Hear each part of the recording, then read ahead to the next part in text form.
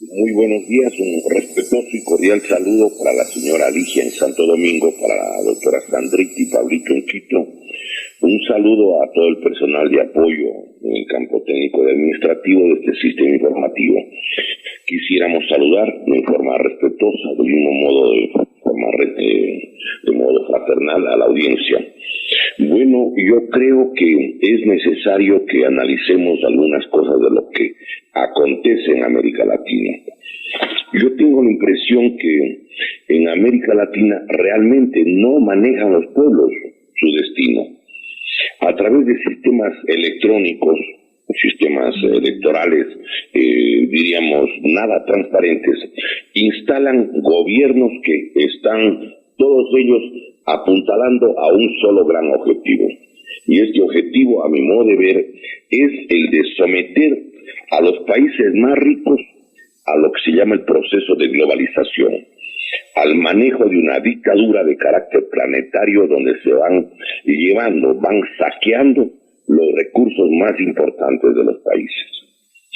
El caso de Argentina permite hacer algunas reflexiones que valdría la pena que incluso las personas que están escuchando este momento, esta transmisión, se les pediría, por ejemplo, entren a Google, la letra G está en la pantalla, Google, en el teléfono celular, y pongan 3 palabras, pongan Milei, pongan perro y pongan Conan, C-O-N-A-N, Conan. Acuérdense ustedes de este personaje justamente que se llama Conan. ¿Para qué queremos hacer esto? A ver, el día sábado 9 de diciembre, o sea, prácticamente hace 3 días, sábado 9 de diciembre del 2023, en la página 24, en Diario Expreso de Guayaquil, apareció una información que es de la agencia EFE, está a nivel de todo el mundo. Es la agencia española la que da cuenta de quién es el señor Milei, cuál es su principal preocupación. Dice que seguirá en sus pensamientos, abro comillas, seguirá en sus pensamientos más íntimos Conan, C-O-N-A-N, Conan, ¿sí? Dice su mastín, o sea, su perro fallecido en el año 2017. El perro es fundamental para Milei. Quien habla con el perro que murió en el 2017, él habla, dice, a través de un medium. Le pide consejo y lo clonó en Estados Unidos.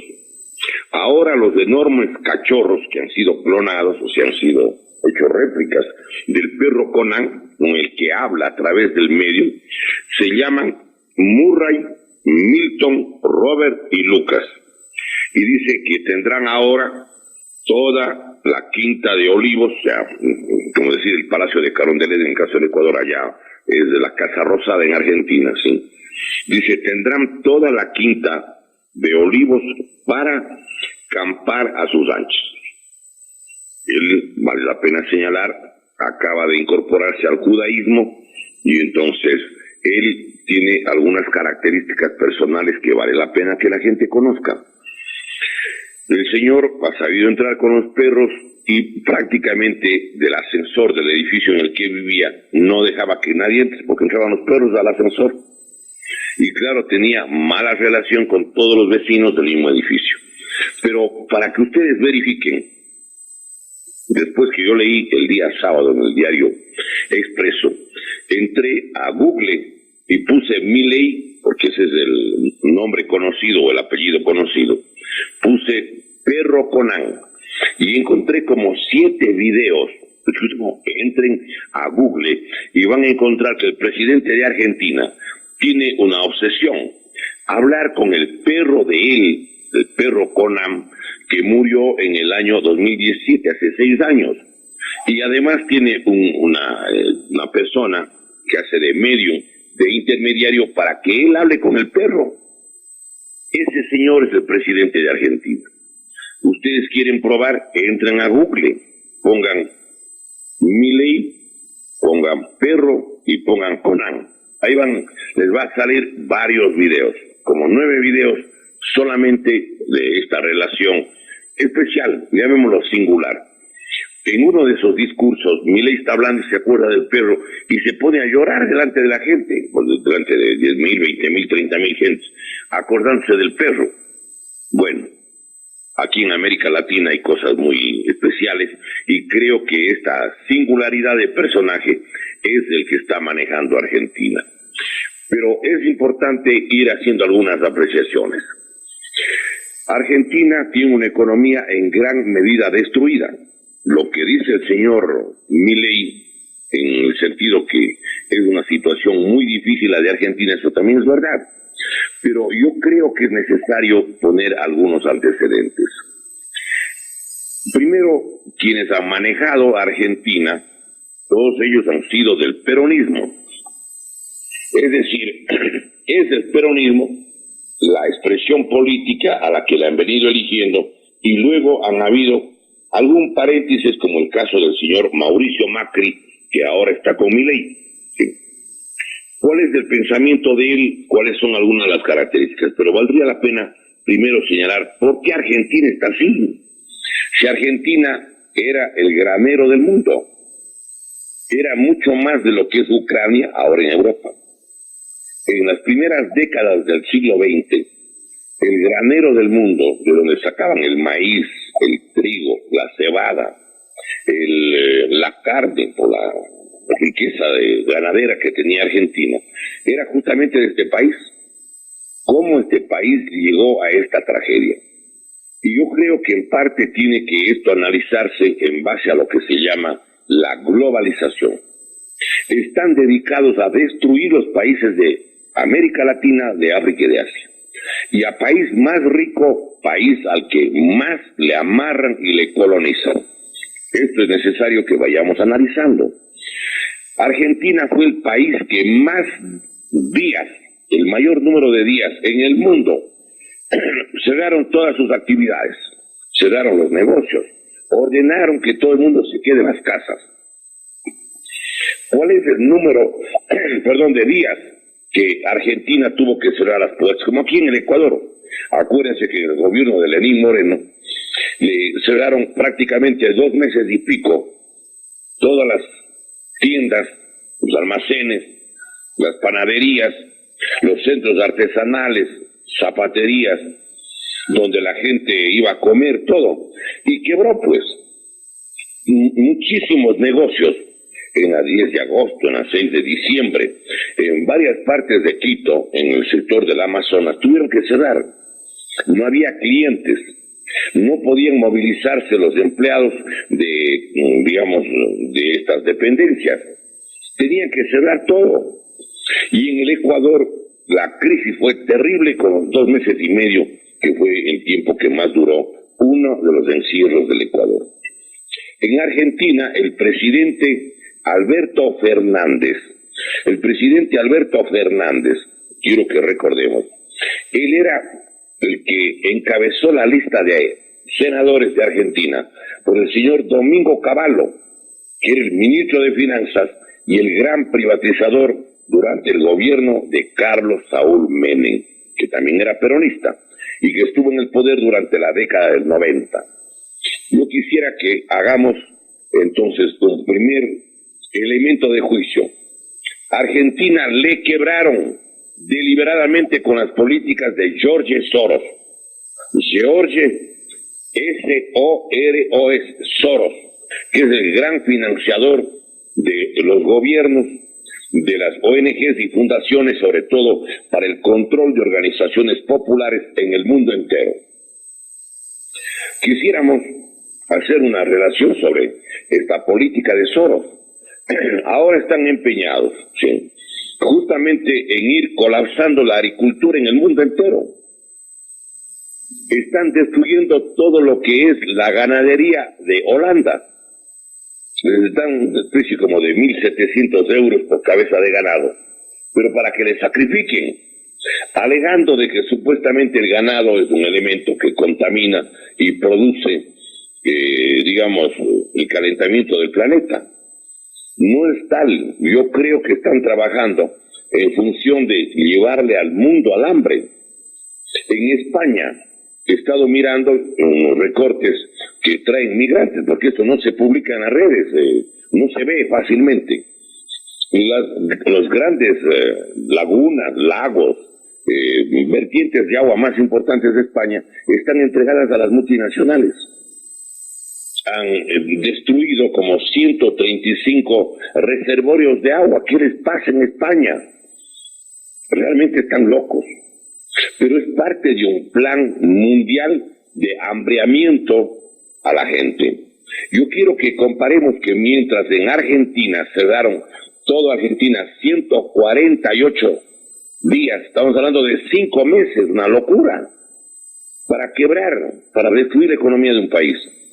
Hubo países que no cerraron un solo día por el problema de la pandemia, porque no creían en la pandemia unos y porque creían que no cabía destruir la economía de la nación. Un país que no cerró un solo día se llama Suecia. Suecia no cerró.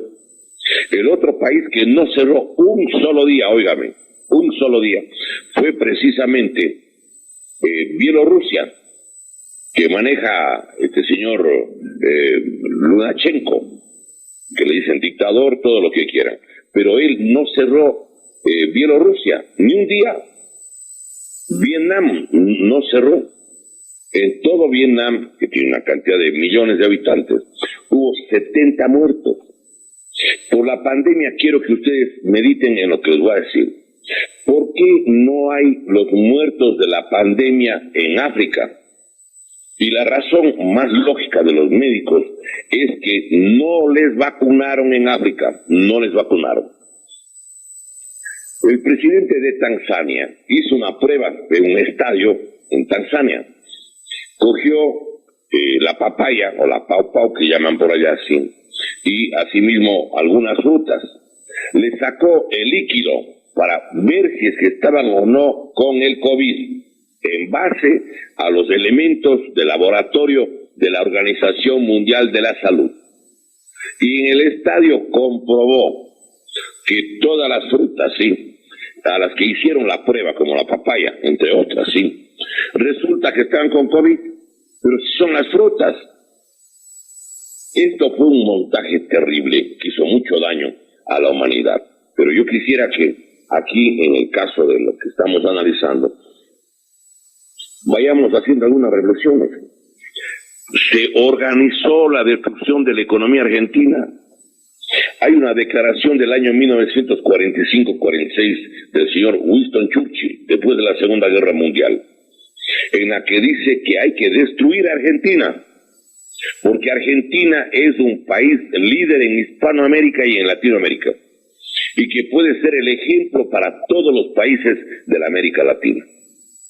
Quiero recordar que Argentina es un país que ha recibido premios Nobel en física, en biología, en medicina, una potencia mundial que la vienen destruyendo en forma sistemática.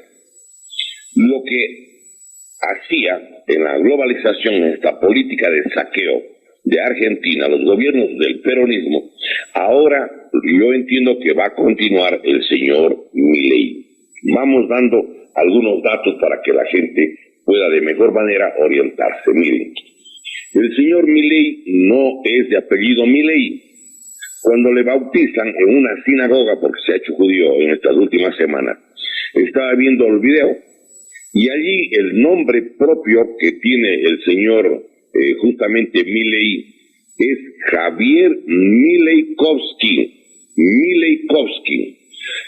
M, el apellido, M de mamá, I de ilusión, L de lunes o de Laura, E de Ecuador, I otra vez de ilusión, K de kermés, O de oso, B chica de vaca, S de sábado, K de kermés y Y. El apellido de él es Milejkovski. Milejkovski. Miren ustedes, entiendo que debe ser probablemente de ascendencia judía, y el segundo apellido de él es Lucich. L de Laura, U de universidad, S de sabroso, S de sabroso soberano, I de ilusión, C de casa y H de humano. Se llama, por lo tanto, este caballero Javier Milejkovsky Lucic. Sí.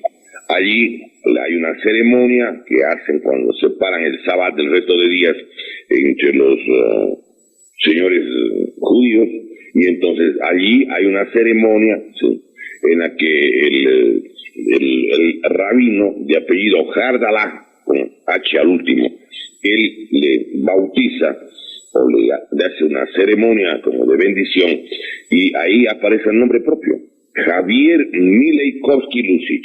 Ahora bien, he estado revisando los antecedentes de este caballero. Él es un hombre de lo que se llama el Foro Económico Mundial. En el año 2014, él era invitado al Foro de Davos, en Suiza, para las personas que van a aplicar las políticas de la globalización. Es importante, digamos, partir desde esa perspectiva, ¿sí? Yo quisiera que analicemos qué es lo que propone hacer en Argentina. ¿Cómo va a salir de la crisis de Argentina? Porque que hay crisis, no cabe duda. Además, es increíble que le pongan de candidato presidencial al ministro de Finanzas, que aparece visiblemente como el responsable del manejo económico y de una inflación imparable, como es la de la Argentina. Pero el señor Milei dice, o dijo anteayer en el discurso, no sé si tuvieron la ocasión de escuchar, dijo que va a ser un recorte inicial de 20.000 millones de dólares para sacar empleados públicos, para votar a la gente. Y yo creo que eso va a significar, primero, una desocupación masiva, más pobreza y probablemente algunos conflictos sociales. El señor Milei hereda un país en condiciones extremadamente complicadas. Estamos de acuerdo en eso. Pero es parte de la misma política de los que están atrás de él. Le están poniendo al señor Milei, y yo creo que luego de Milei otra vez regresan los peronistas. Pero aquí vale la pena decir, bueno, aquí tengo los recortes de los periódicos argentinos. El día miércoles 24 de noviembre, ¿sí?, del año 2023, en los periódicos argentinos, y los reproduce también aquí en el Ecuador, de la agencia El País de España, el cronista es Federico Rivas Molina. Dice, Milei abrirá su presidencia con una oleada de privatizaciones. Va a privatizar todo lo que pueda. El ultraderechista argentino toma posesión el 10 de diciembre. Adelantó que venderá la petrolera argentina, la petrolera de empresa de crudo, hidrocarburos y yacimientos petrolíferos fiscales. Esta empresa, vale la pena recordar, fue formada por Enrique Mosconi, que era un oficial de las Fuerzas Armadas Argentinas y era un tipo de gran formación académica. Él fue el que en el año 1922, hace 101 años, creó yacimientos petrolíferos fiscales, como decir aquí CEPE o Petroecuador. También dice que va a vender Enarsa, la empresa que maneja todo lo que es del sector eléctrico, todo lo que es derivados de petróleo. Va a vender todo. Ahora, alguien puede decir, ¿y el gobierno anterior qué hacía? Lo mismo. Les vamos a demostrar qué es lo que vendió, lo que entregó el peronismo justamente con la señora Cristina Fernández de Kirchner y Nelson Kirchner, ¿sí? Estos dos señores, sí, que estaban en gobiernos sucesivos, 3 periodos, primero el señor Kirchner, luego Cristina Fernández de Kirchner y luego ella reelecta. Luego vino el señor Macri, y luego de Macri volvió el poder a los mismos peronistas. ¿Qué es lo que entregó a las multinacionales la señora Cristina Fernández y su esposo Nelson Kirchner? Les voy a leer aquí a que vean que lo que va a hacer Milei es lo que ya hicieron los peronistas. La mina de oro, las minas más importantes, las mejores minas que tiene Argentina, entregaron a las empresas multinacionales, exactamente como hizo ocurrir en el Ecuador. Las minas de oro, las minas de plata, las minas de cobre, toda la riqueza entregaron justamente a las multinacionales. Esto es muy importante que reparemos, porque no es un asunto casual, no. Esta es una política dirigida. Miren ustedes, la mina de oro de Pascualama, que está junto a Chile, entregaron a la compañía, a la Barrick Gold. La mina El Pachón, que también está cerca de Chile, en el departamento de San Juan, le vendieron a la Extrata Cooper, le concesionaron para que explote la compañía, a espaldas de Argentina, como aquí hacen con la mina Mirador en Zamora Chinchipio, la mina Pananza San Carlos en Morona Santiago. Miren, entregaron la mina Navidad, se llama Navidad porque regalaron un 25 de diciembre. La gente le llama la mina Navidad. Le entregaron a la Pan American Silver, entienden que es capital norteamericano y mexicano. La otra mina de oro bien importante es la mina Cerro Negro en Santa Cruz. Le dieron a la Gold Corporation. Hay varias minas de oro, sobre todo en la zona de Famantina, en La Rioja. Le dieron a la empresa japonesa, a la Osisco Mining Corporation. Las minas de Esquel, la zona relativamente amplia de Argentina. Argentina es un país muy grande. Entiendo que tiene como 3 millones de kilómetros cuadrados. Es decir, estamos hablando aproximadamente unas 9 veces el Ecuador. La mina de Esquel le dan a la Meridian Gold. Y hay una reserva de las más importantes del mundo de petróleo que está apenas, digamos, una parte en la playa y otra parte dentro del mar. Esa mina se llama Vaca Muerta. ¿Sí? Se supone que es la segunda reserva conjunta de petróleo con gas en el mundo. ¿Sí? Y claro, todo el mundo quiere esas minas también, digamos, esos recursos que ya le entregaron a la Halliburton de Estados Unidos. ¿Quién hizo eso? El gobierno de los señores Kirchner. Entonces, uno tiene que ir analizando que van haciendo lo mismo con uno u otro gobierno. Para ellos no les interesa quién les entrega, sino que les entrega. La señora Cristina Fernández, vale la pena indicar, sí. Le conocen también en el mundo de los negocios como la señora Monsanto. Monsanto es el nombre de una corporación que ahora la compró la Bayer de Alemania y que se dedica sobre todo a la producción de millones y millones de hectáreas de alimentos transgénicos. El alimento transgénico es el que tiene una semilla manipulada en laboratorio. Le ponen, por ejemplo, glifosato, ¿sí? Glifosato cisporium en la planta, en el maíz no come ningún bicho porque sea glifosato, pero en cambio se comen los seres humanos este maíz adulterado. Y claro, puede ser el origen de muchas enfermedades de carácter estomacal. Ahora, el señor Milei está en la misma línea de los peronistas. Va a vender, dice él, que va a vender todo, que el Estado no tiene por qué hacerse cargo de nada. Entonces, yo creo que es necesario que aquí analicemos. Los gobiernos que se dicen progresistas para engañarle a la gente, para llegar al poder, para aparecer como la alternativa, como ahora está apareciendo el señor Milei, pero no están diciendo las cosas en rigor, pues. Por ejemplo, miren, en toda América Latina, los llamados gobiernos progresistas, incluyendo en el Ecuador, ¿sí?, todos ellos entregan la riqueza de los países. Son gobiernos falsamente progresistas. Usan un lenguaje falso completamente para llegar al poder y una vez en el poder, entonces proceden al saqueo, a la depredación de toda la riqueza de un país. Miren, en el caso del Perú, por ejemplo, ¿sí?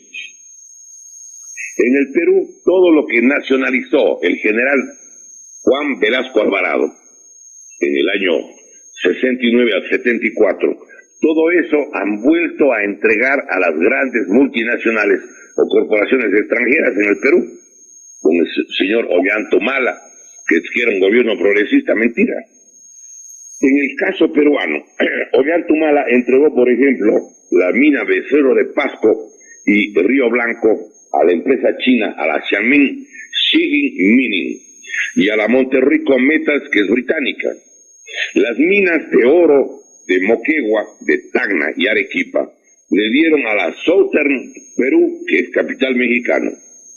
La mina Pierina de Ancash y la Barrigold, que tiene domicilio, digamos, es de capital canadiense, o al menos está ubicada la empresa, la Barrigold, allá en Canadá por las exoneraciones tributarias, pero ellas son las que manejan las minas del Perú. Hay otra mina que es muy importante, Yanacocha, en Cajamarca, y la Conga, en el mismo sector, en la Sierra Norte del Perú, que está entregado a la Newmont Mining. Es importante mirar los videos en la que los campesinos están en contra, por ejemplo, de la Newmont. Allí pasa una cosa curiosa. Gran parte de los carteles, sí, dice: el pueblo cañari no se dejará saquear. Los cañaris, quiero recordar, son de la provincia de Azuay Cañar, sobre todo. Y ellos se fueron al Perú cuando fue Huayna Cápac a tener su hijo con Huáscar, digamos, a su hijo Huáscar, con una colla del Incario. Eso llevó a la gente que vivió en su juventud junto a Huayna Cápac. Huayna Cápac se crió entre el pueblo cañari, los incas y los cañaris. Y entonces los cañaris que fueron llevados al Cusco y a la sierra peruana viven todavía allá y no han perdido sus características. Y ustedes pueden mirar las telas, los carteles, todo, en la que reclama el pueblo, claro, son peruanos ahora, pero el pueblo cañari, de los aborígenes cañaris, pelean sobre todo contra la Newmont Mining, ¿sí? Pero podríamos ir demostrando que incluso en la propia Venezuela, lamentablemente también entregan a las empresas, digamos, más importantes, o los recursos más importantes, como petróleo incluso, ¿sí?, a compañías extranjeras. Hay un estudio, una investigación que realiza un par de analistas catedráticos de Caracas, Orlando Chirino y Miguel Ángel Hernández. ¿Sí? Ellos publican, ¿sí?, justamente cómo han logrado desmovilizar al pueblo venezolano.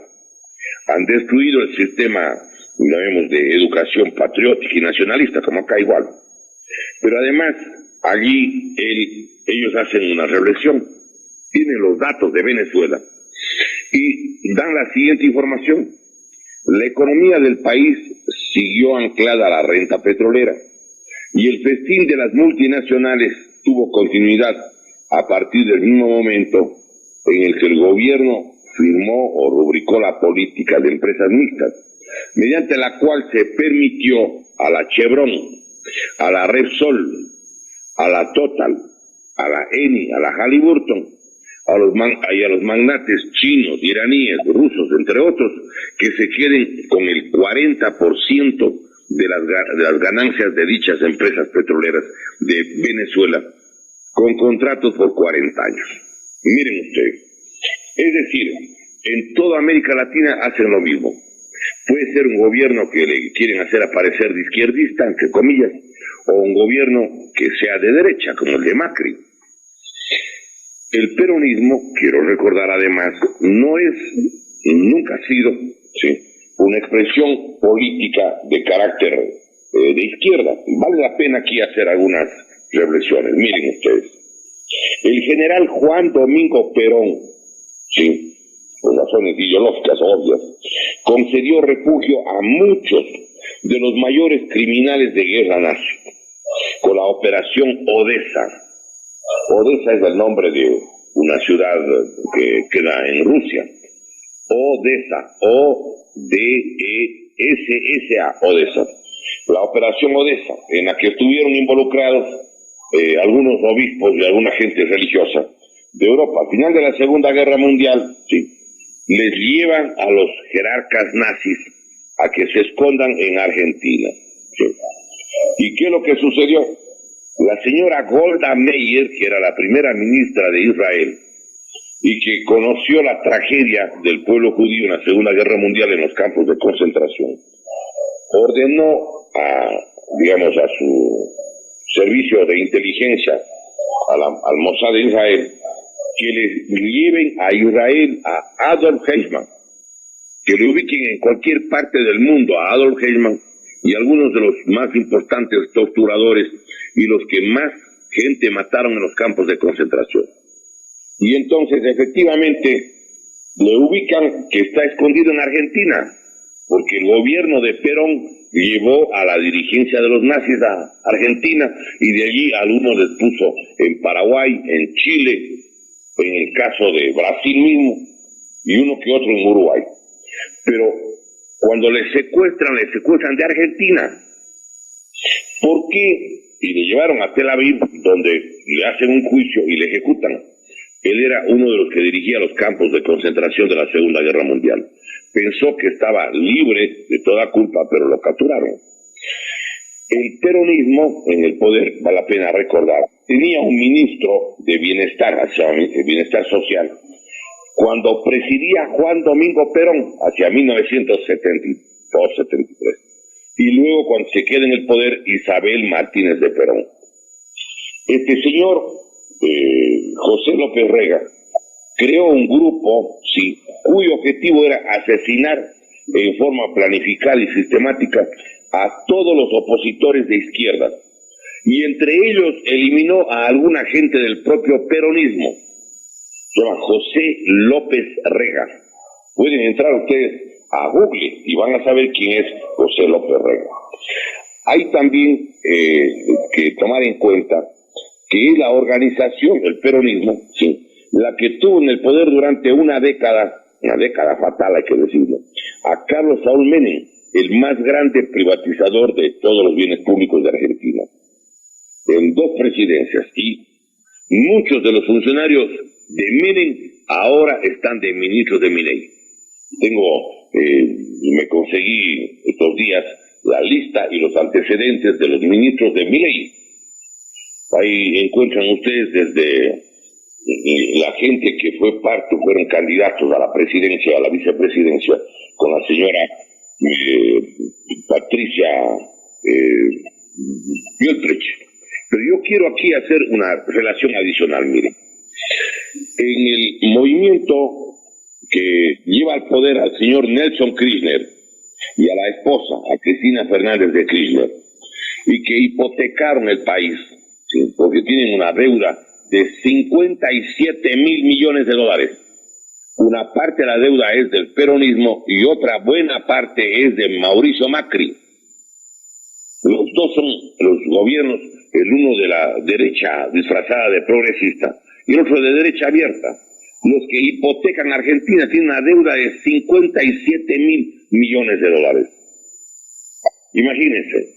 Ahora, todos ellos son parte de una misma tendencia. El partido que le llevó al poder a Alberto Fernández, del peronismo, sí. Hay que recordar que le lleva de candidato a este caballero que fue el candidato a encabezar la lista de los senadores argentinos con Domingo Cavallo, el ministro de Finanzas del régimen privatizador de Carlos Saúl Menem. Es importante, y no debemos olvidar, que el peronismo apoyó y fue el principal sustento del régimen de los Fernández. De Alberto Fernández, que vale la pena recordar, es el hombre cercano a Domingo Cavallo, y Cristina Fernández, que era un régimen sirviente del magnate financiero George Soros, representante del capitalismo global y del nuevo orden mundial. Todo está en marcha, sale el uno y entra el otro, al extremo que, con el pretexto del COVID, siguiendo las instrucciones de George Soros, encerraron a los argentinos 148 días, como les estoy contando. El señor Perón tenía relaciones con algunos gobiernos, ¿Con qué gobiernos tenía los principales nexos el señor Juan Domingo Perón? Con el gobierno del señor Francisco Franco Bamonte, que era el que le protegía a Perón, y el señor Francisco Franco fue dictador del fascismo o falangismo en España durante décadas, desde 1939 hasta 1975. Él era el protector del señor Perón.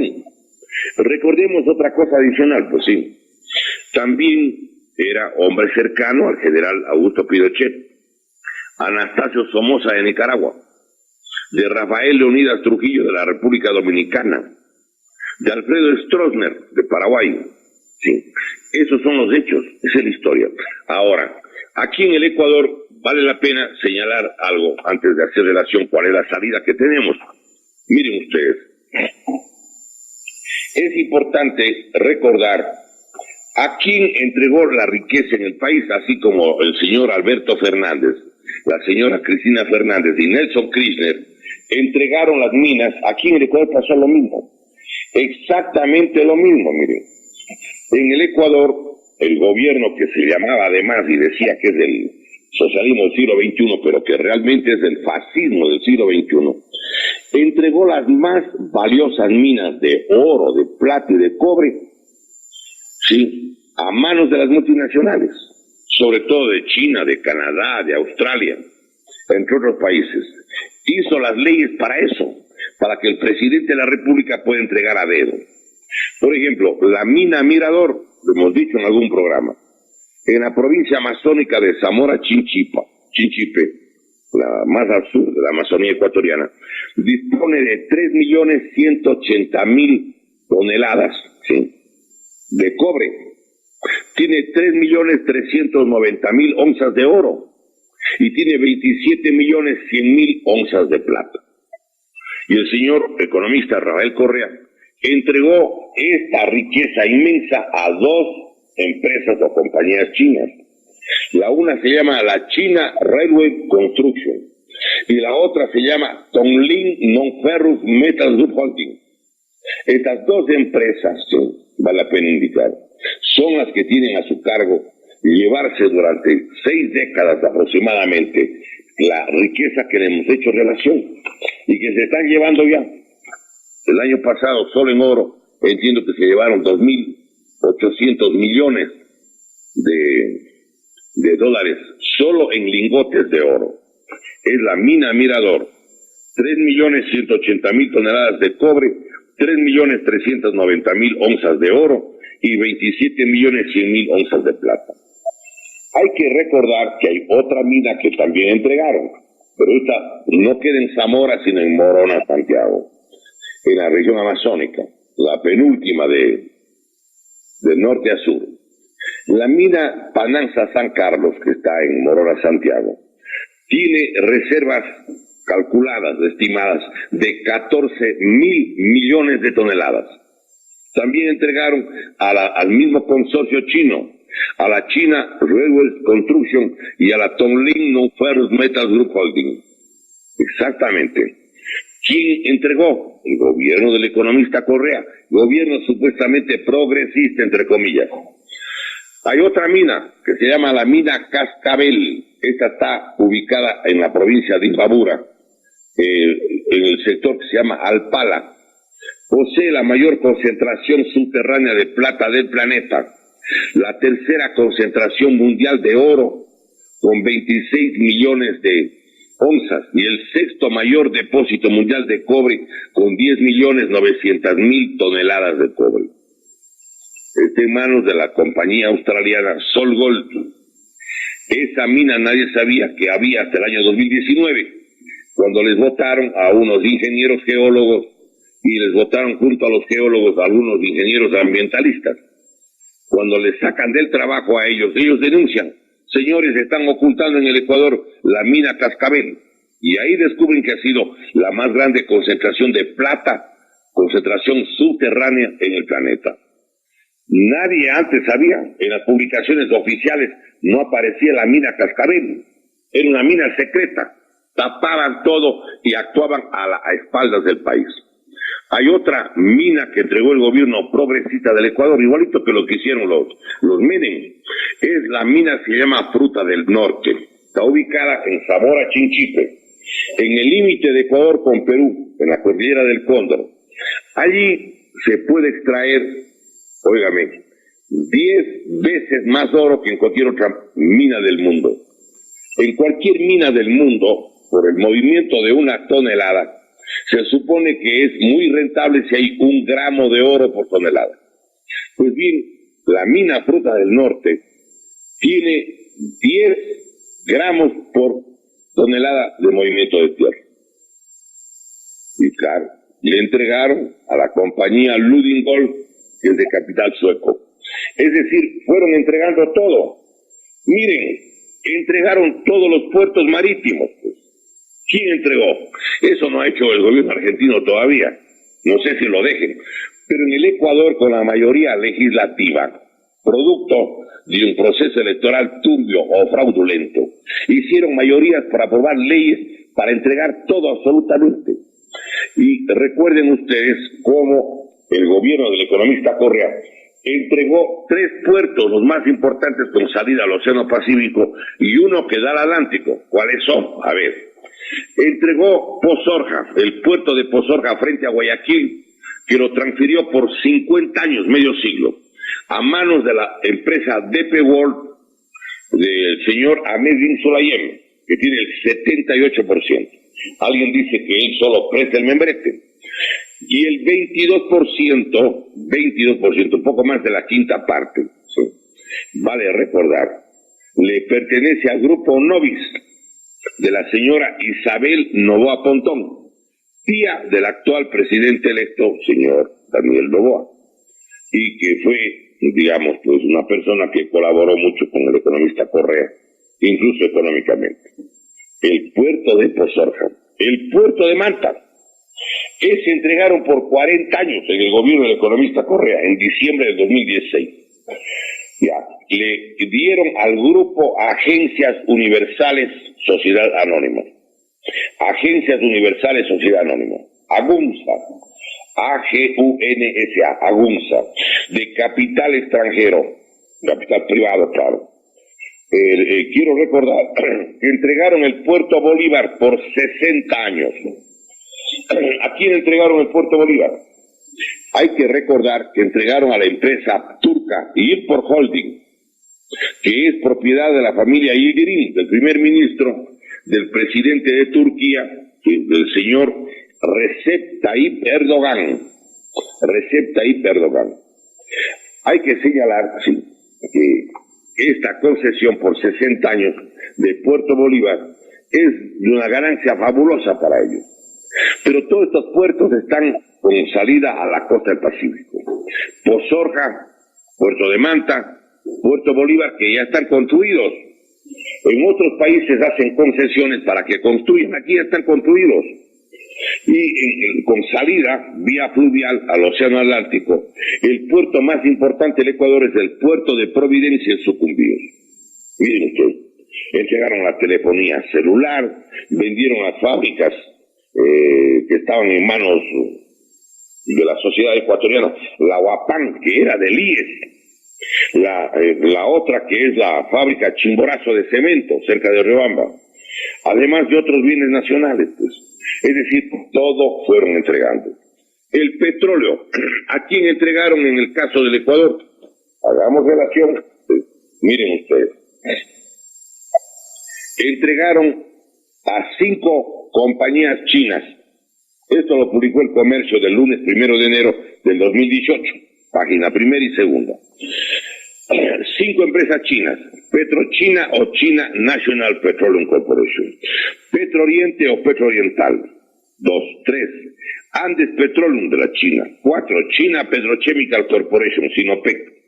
Otra, la Chuanqing Drilling Engineering Company Limited, CCDC de la China. Aparte entregaron también a la Repsol, a la H Oil, los campos del Ispingo, Tiputín y Tambococha, el ITT. Le entregaron a manos de la compañía china, la Sinopec, ¿sí?, que también se llama China Petrochemical Corporation. Estos datos están publicados en la revista Vistazo del 23 de septiembre del 2016 en la página 46.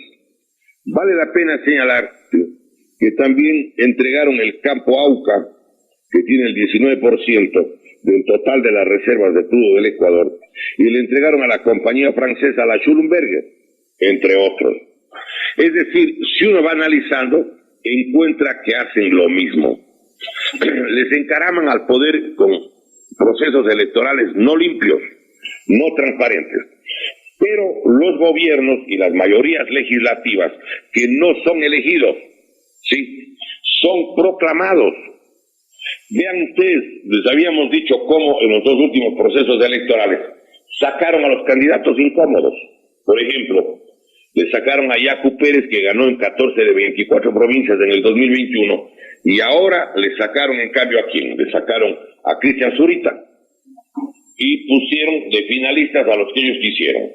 Le pusieron de finalista a Guillermo Lasso, 2021, y ahora le pusieron al señor Daniel Noboa. La gente, claro, vota por quien quiera antes que permitir que regresen los terroristas. Ahora, quiero recordar que también en el Ecuador está listo la entrega de todas las tierras rurales de Costa, Sierra, Oriente y Galápagos a través de la Ley Orgánica de Tierras Rurales y Territorios Ancestrales. Está publicada en el suplemento del Registro Oficial 711 del lunes 14 de marzo del 2016. Las centrales hidroeléctricas pueden entregar a manos privadas, todas ellas. Pueden entregar, incluyendo Paute, Agoyán y Sayambo. ¿Cómo lo pueden hacer? A través de la aplicación de la Ley Orgánica del Servicio Público de Energía Eléctrica, que está publicada en el tercer suplemento del Registro Oficial 418 del viernes 16 de enero del 2015. Pueden entregar todas las telecomunicaciones, ¿a través de cuál? De la Ley Orgánica de Telecomunicaciones, que está publicada en el tercer suplemento del Registro Oficial 439 del miércoles 18 de febrero del 2015. Pueden entregar todos los aeropuertos, las carreteras, los ferrocarriles, los correos y otros bienes y servicios fiscales con el Código Orgánico de la Producción, Comercio e Inversiones, el COPSI, Código Orgánico de la Producción, Comercio e Inversiones COPSI, publicado en el segundo suplemento del Registro Oficial 56 del 12 de agosto del 2013. Miren, puede entregar la flota petrolera ecuatoriana, la empresa de transportes aéreos militares que no acaba de privatizar, pero que empezó con el correísmo, y así podríamos seguir. ¿Cuál es la única salida que tenemos los ecuatorianos? Miren, yo creo que la única salida que tiene el pueblo ecuatoriano es ir a una consulta para pedir una Asamblea Nacional Constituyente. No hay otra salida. Caso contrario, va a quedar todo en las mismas manos. Con la actual composición de la Asamblea, ¿cómo pueden anular las leyes del saqueo nacional? Las leyes de la impunidad. No puede contradecirle el señor Daniel Noboa al bloque del correísmo porque pierden la mayoría, pues, porque los señores correístas dicen que han sacado y les han proclamado a 51 legisladores. Entonces, la única salida que yo veo es justamente la del artículo 444 de la Constitución actual, que dice, pues voy a leer lo que dice este artículo. Artículo 444. La Asamblea Constituyente solo podrá ser convocada a través de consulta popular. Esta consulta podrá ser solicitada por la presidenta o presidente de la República. Una opción. El señor Daniel Noboa no sé si quiera llamar Asamblea Nacional Constituyente. En segundo lugar, por las 2/3 partes de la Asamblea Nacional. Y tercera opción, por el 12% de las personas inscritas en el registro electoral. Aproximadamente 1.700.000 firmas. Yo pregunto, ¿no podríamos nosotros intentar, por ejemplo, los jubilados, los afiliados al IES, intentar recoger firmas? Y hay una cosa que es importantísima. Escuchen, por favor. Hay una frase en el artículo 444 que dice textualmente: La consulta deberá incluir la forma de elección de las representantes y los representantes y las reglas del proceso electoral. Es decir, nosotros plantearíamos que para ser candidatos no hace falta que le auspicie un partido, no. Un partido quiere poner sus candidatos, ponga los que quiera. Pero el pueblo podría tener candidatos directamente, por ejemplo. Para inscribir un candidato en forma individual se requiere, por decirle, 5.000 firmas o 10.000 firmas. Y entonces van y se inscriben personalmente dirigentes de los afiliados, dirigentes de los jubilados, de cualquier lado, los trabajadores, de los campesinos, los que nunca han podido ser candidatos antes. Pueden ser del movimiento Montubio, pueden ser campesinos, indígenas, sin necesidad de auspicio de ningún partido. Puede ser 5.000, 10.000 firmas, y para candidatos nacionales puede ser el doble, 10.000 o 20.000 firmas, y es candidato sin el auspicio de los partidos, porque permite la Constitución la forma de elección. Y se debe establecer una cosa que me parece muy obvia. La única manera de contabilizar los votos será con papeletas. Las papeletas se contabilizan inmediatamente con las juntas electorales, donde solamente podrán formar parte, por decirles, estudiantes de quinto y sexto año de la secundaria. Es decir, gente nueva que no está amarrada a las trampas, a la mañosería electoral, e inmediatamente tienen que dar los resultados. Inmediatamente entregan copias de las actas a los vocales, a los partidos, a los candidatos, a los movimientos, a los medios de comunicación, a todo el mundo. Prohibido guardar información. Se acaba la contabilización en cada junta e inmediatamente se dan los datos. Es decir, allí habrá que establecer como un artículo que quien pretenda hacer fraude irá preso con la máxima pena que contempla la legislación ecuatoriana, que es 40 años. 40 años de prisión. Y que los que han querido hacer fraude, luego de demostrar su responsabilidad, pierden sus bienes. Es decir, el más grande delito que hay en un país es el fraude electoral, porque entregan a gavillas de malandrines el poder en los países de América Latina, sobre todo África y Asia. Y yo creo que sobre esto podemos ampliar justamente en el próximo programa cómo se puede organizar cómo puede el pueblo intentar recuperar, sí, el control político de la sociedad. Sacarles a toda esta gente que con conducta mafiosa en realidad no son elegidos, son proclamados para que ellos en mayoría puedan aprobar leyes delincuenciales para poder saquear la República. Y luego les dan mayorías para que nadie pueda revisar las leyes de la globalización, del saqueo, del despojo, del pillaje de la riqueza nacional. Y las leyes de la impunidad. Habrá que establecer mecanismos que permitan, por ejemplo, recuperar las 200 millas del mar territorial. ¿Por qué no vamos a recuperar las 200 millas del mar territorial? Que se deroguen todas las leyes del correísmo, que se fortalezca la capacidad productiva del Ecuador, que exista, por ejemplo, el manejo del IES solo para trabajadores y jubilados, que saquen la mano los gobiernos pícaros. ¿Saben ustedes cuánto va a obtener en este año el IES? 7.998 millones de dólares. Apareció por fin la información el 26 de octubre en el diario Expreso. Lo que no han publicado en décadas salió allí. Pero esa es la cantidad. Y los fondos y reservas del IES son de los trabajadores y jubilados.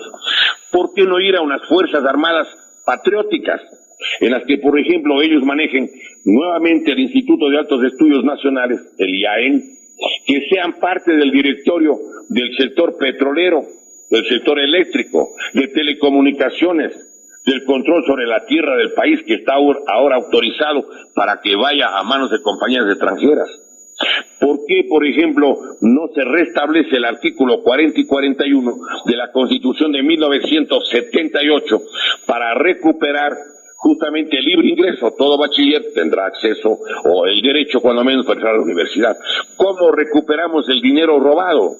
Se habla que se llevaron 70.000 millones de dólares. Lo publicó el diario La Hora en la primera página de la edición del jueves 4 de octubre de 2018.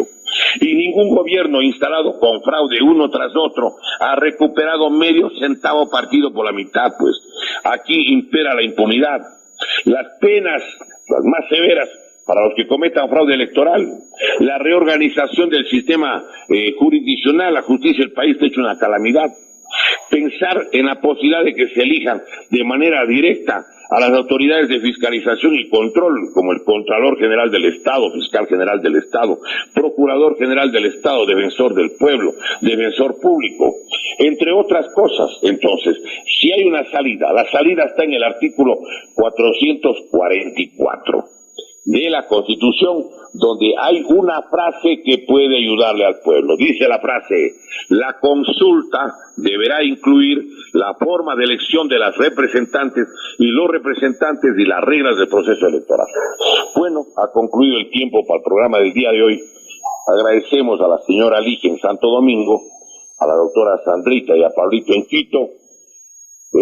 Agradecemos al personal de apoyo y agradecemos también la audiencia, la sintonía de los hermanos ecuatorianos que lo pueden hacer a través justamente de las ondas en Quito, Santo Domingo y a través del internet a nivel mundial. Nos despedimos hasta la próxima semana, recordando como siempre que la patria ni se vende ni se rinde, que la patria con el alma se defiende, que esta patria tiene quien la quiere, quien la ama y la defenderá. La vamos a defender y que aspiramos construir un día un Ecuador libre y eterno para el bienestar de esta y de las generaciones del porvenir. Muchísimas gracias. Dios mediante, hasta la próxima semana. Muy buenos días.